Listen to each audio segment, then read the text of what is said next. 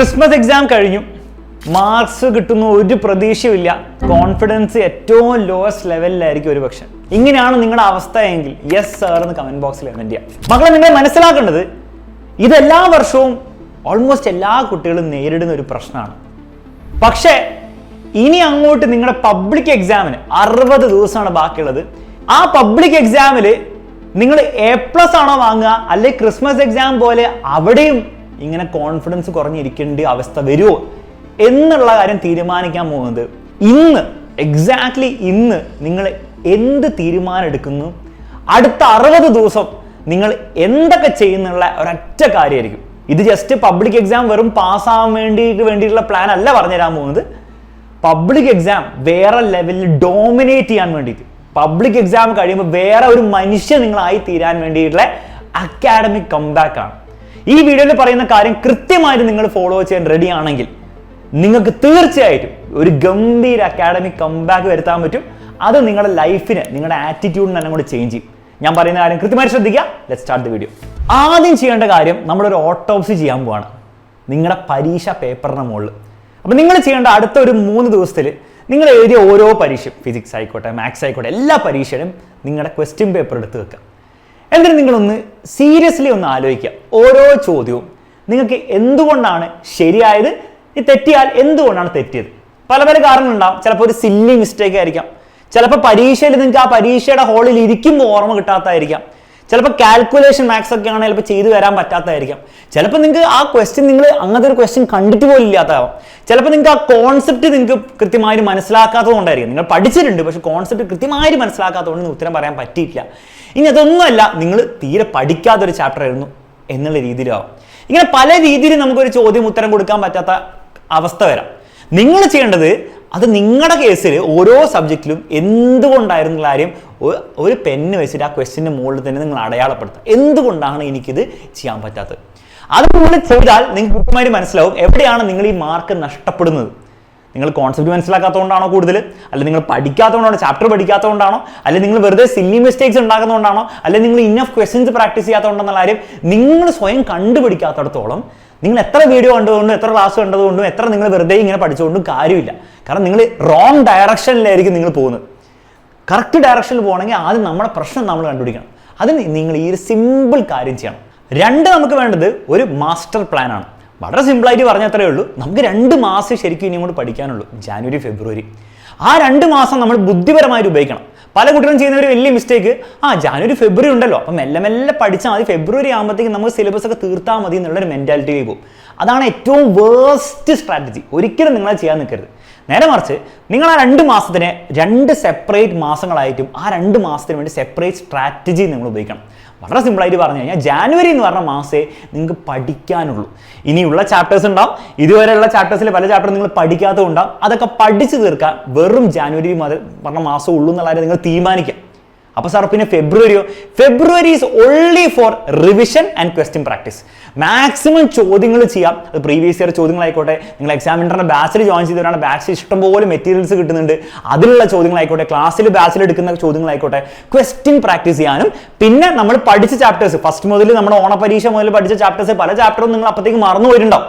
അല്ലെ റീസെന്റ് പഠിച്ച ചാപ്റ്റർ പലതും നിങ്ങൾക്ക് അങ്ങോട്ട് ഫുള്ളി അങ്ങോട്ട് മനസ്സിലായിട്ടുണ്ടാവില്ല. അത് റിവൈസ് ചെയ്യാനും വേണ്ടിയിട്ടുള്ള സമയമായിട്ട് ഫെബ്രുവരി നമ്മൾ കാണാം.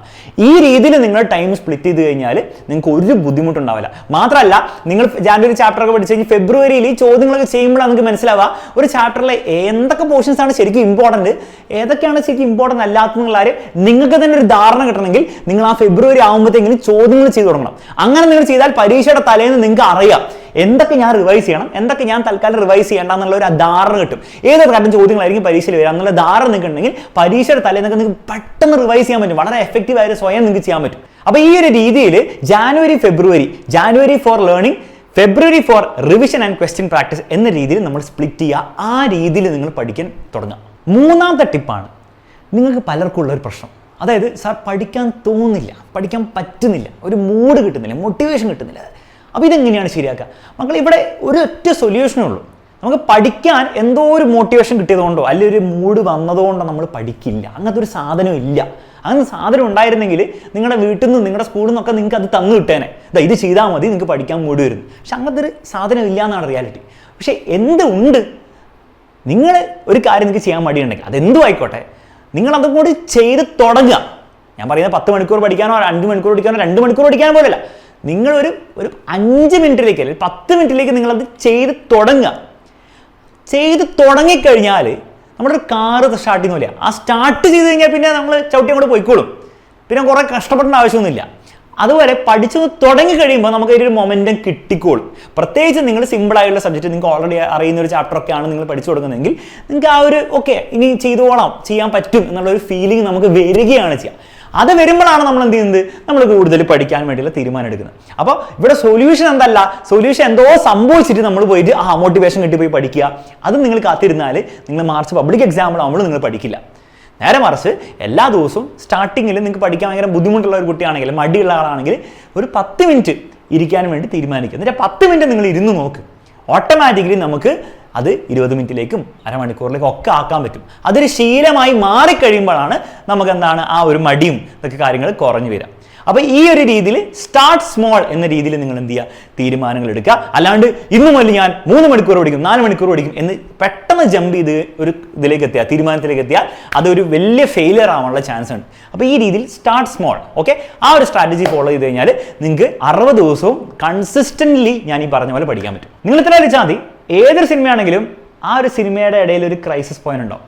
നമ്മുടെ ഹീറോ ഒന്നും ചെയ്യാൻ പറ്റാതെ വീണ് എല്ലാ ഹോപ്പും നഷ്ടപ്പെട്ട് ഇങ്ങനെ നിൽക്കുന്ന ഒരു അവസ്ഥ ഉണ്ടാവും.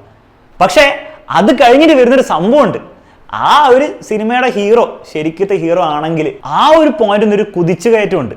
ആ ഒരു കുതിച്ചു കയറ്റത്തിലൂടെയാണ് നമ്മൾ ക്ലൈമാക്സിലേക്ക് എത്തുന്നത്. നിങ്ങൾ മനസ്സിലാക്കേണ്ടത് നിങ്ങളുടെ ക്രിസ്മസ് എക്സാം നിങ്ങളുടെ സിനിമയിലെ ക്രൈസിസ് പോയിന്റ് ആണ്. ഇനി അങ്ങോട്ട് നിങ്ങൾ എന്ത് ചെയ്യും എന്നുള്ള കാര്യമാണ് നിങ്ങളുടെ സിനിമയിൽ നിങ്ങളൊരു ഹീറോ ആണോ അല്ലെങ്കിൽ ഏതെങ്കിലും ഒരു സൈഡ് ക്യാരക്ടർ ആണോ എന്നുള്ള കാര്യം തീരുമാനിക്കുക. അപ്പോൾ ഈ 60 ദിവസവും ഞാൻ ഈ പറഞ്ഞ പോലെ ഫൈറ്റ് ചെയ്യാൻ റെഡി ആയിക്കോ. സിനിമയിലെ ഏറ്റവും നല്ല ഭാഗം, ഏറ്റവും എക്സൈറ്റിംഗ് ആയിട്ടുള്ള ഭാഗം ഇനി വരാനിരിക്കുന്നേ ഉള്ളൂ. നന്നായി 60 ദിവസം പഠിച്ച് ഒരു ഗംഭീര അക്കാഡമിക് കംബാക്ക് ഉണ്ടാക്കി നിങ്ങളുടെ ടീച്ചേഴ്സിനെ, നിങ്ങളുടെ പേരൻസിനെ, ഈവൻ നിങ്ങളെയും അങ്ങോട്ട് ഷോക്ക് ചെയ്യിപ്പിക്കുക. ഞാൻ ഉറപ്പ് തരുന്നു, ഈ ഒരു 60 ഡേയ്സ് അക്കാഡമിക് കംബാക്ക് നിങ്ങൾ വരുത്തി കഴിഞ്ഞാൽ നിങ്ങളുടെ ലൈഫ് മാറും. കാരണം നിങ്ങൾക്ക് മനസ്സിലാവും അവസാനം ഒരു തീരുമാനം എടുത്തു കഴിഞ്ഞാൽ അത് നേടിയെടുക്കാനുള്ള കഴിവ് നിങ്ങൾക്ക് ഉണ്ടെന്നുള്ളത്. അതാണ് ലൈഫിൽ നിങ്ങൾക്ക് ഏറ്റവും വലിയ ലേണിംഗ് ആകാൻ പോകുന്നത്. അപ്പോൾ അതിലേക്ക് എല്ലാവർക്കും എത്തിച്ചേരാൻ പറ്റട്ടെ എന്ന് വിചാരിക്കുന്നു. ഓൾസോ ഈ കാര്യങ്ങൾക്കൊക്കെ നിങ്ങൾക്ക് പ്രോപ്പറായിട്ടുള്ള സഹായം വേണം. പ്രോപ്പറായിട്ടുള്ള ടൈം ടേബിൾ വെച്ച് പ്രോപ്പറായിട്ടുള്ള ക്ലാസ്സുകളൊക്കെ ആവശ്യമുണ്ടെങ്കിൽ എക്സാമിനറുടെ ബാച്ചിലൊക്കെ ജോയിൻ ചെയ്യാം. താഴെ നമ്പറൊക്കെ കൊടുത്തിട്ടുണ്ട്. അതും കൂടി ഉപയോഗിച്ച് ഒരു ഗംഭീര അക്കാഡമിക് കംബാക്ക് നിങ്ങൾക്ക് ഉണ്ടാക്കാൻ സാധിക്കട്ടെ എന്ന് വിചാരിക്കുന്നു. കമന്റ് ബോക്സിൽ എല്ലാവരും അക്കാഡമിക് കംബാക്ക് ഒരു ഫയർ ഇമോജി കൂടി ഇട്ടിട്ട് എന്ത് ചെയ്യുക, പഠിച്ചു തുടങ്ങാം. നമുക്ക് കാണാം.